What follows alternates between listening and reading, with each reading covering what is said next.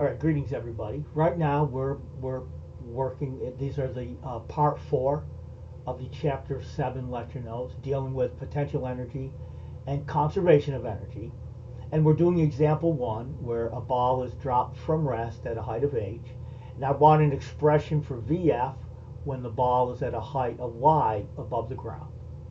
And we did part A in the previous video. We did part A where we're choosing the ground, i.e. the green dotted line, as our reference point.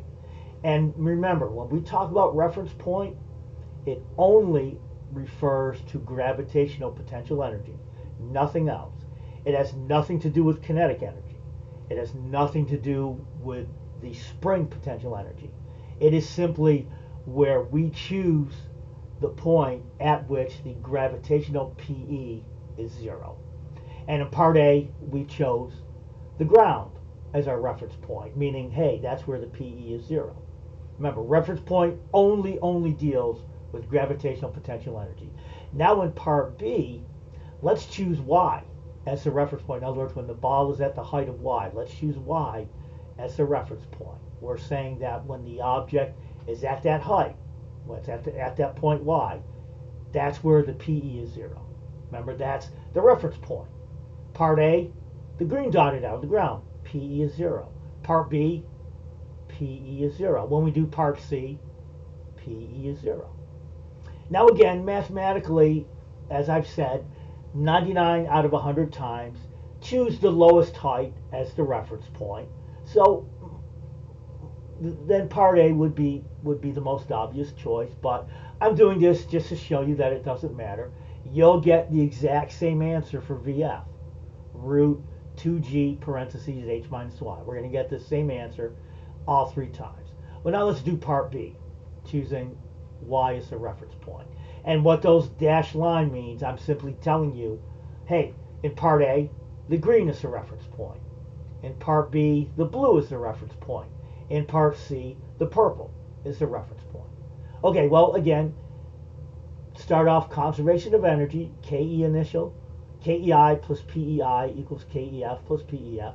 Again, KE initial 0, that nothing's changing. The mass is dropped from rest. Okay, KE final is going to be 1/2 mv final squared. That's not going to change. Notice in part A, what is KE final? 1/2 mv final squared. Again, reference point is only with reference to the gravitational potential energy. It does not affect anything else. So KE initial 0, I'm not going to worry about it. Now, what is the initial potential energy? Well, it's mg h minus y. How come? Well, look at the figure. Choosing the blue, choosing the point y as the reference point, notice when the ball is released, it's at a distance of h minus y above the reference point. Very basic. If this distance is h, and here, if this distance is y, this distance, the ball is at a height of h minus y above the reference point. So it's mg h minus y. We know it's positive. Now, remember, what is the final potential energy? Remember, we're in part B. Well, we're going from here at a height of h to I want to know VF when the ball is at y. Well, remember, we're saying that at y, that's our reference point. By definition, the PE is 0 at y. So my PE final is 0. So that's why I have nothing there. What is the KE final? 1/2 mv final squared. Again, algebraically, again, the masses cancel. So cancel the masses. Multiply by 2, take the square root. Notice A and B answers are the same. Now let's look at C. Part C, we're choosing H as the reference point. We're saying that the PE is 0, right? And any object that's at the point H, at the height H, any object at that point has a PE equal to 0. And again, I can't stress this enough. Reference point only refers to gravitational potential energy. Well, again, so now again, here's the conservation of energy equation. And by now we know KE initial 0. But what's the initial potential energy? Well, it's 0 because we're setting h equal to the reference point. We're saying that any object that's at this height its PE is 0. So initially, that's where the ball is.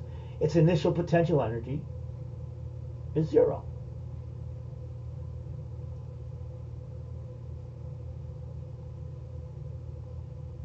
Now, what's the final kinetic energy? Well, the final kinetic energy is always 1/2 m v final squared.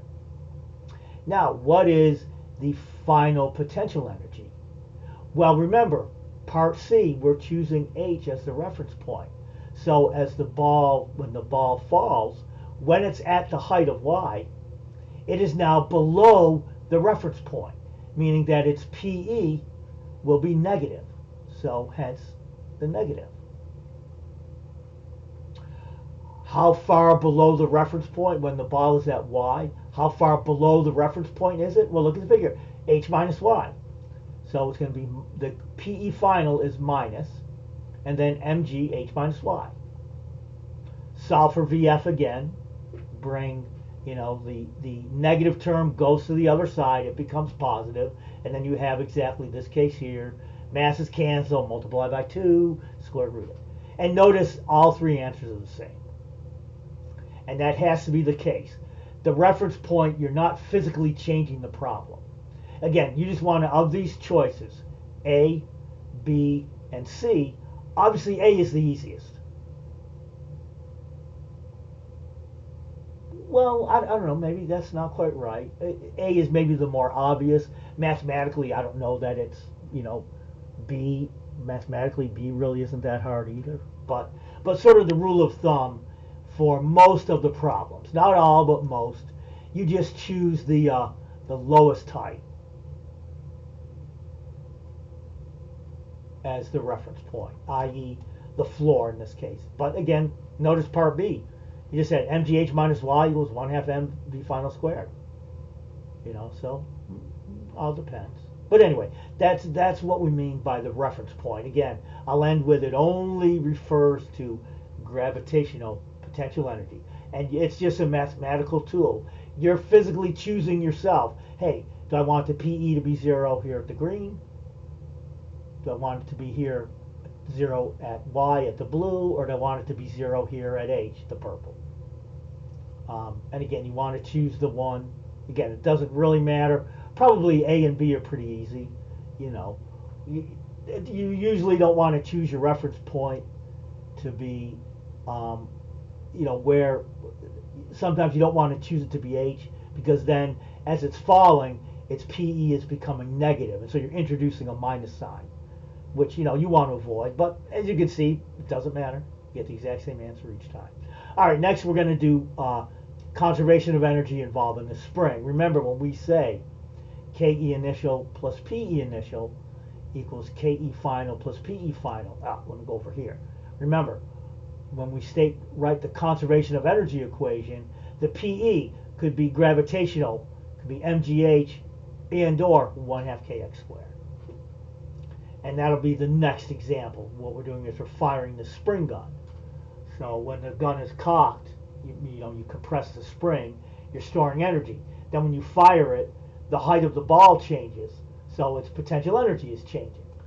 Its gravitational potential energy is changing. So it involves 1/2 kx squared and mgh. And I'll do that in the next video.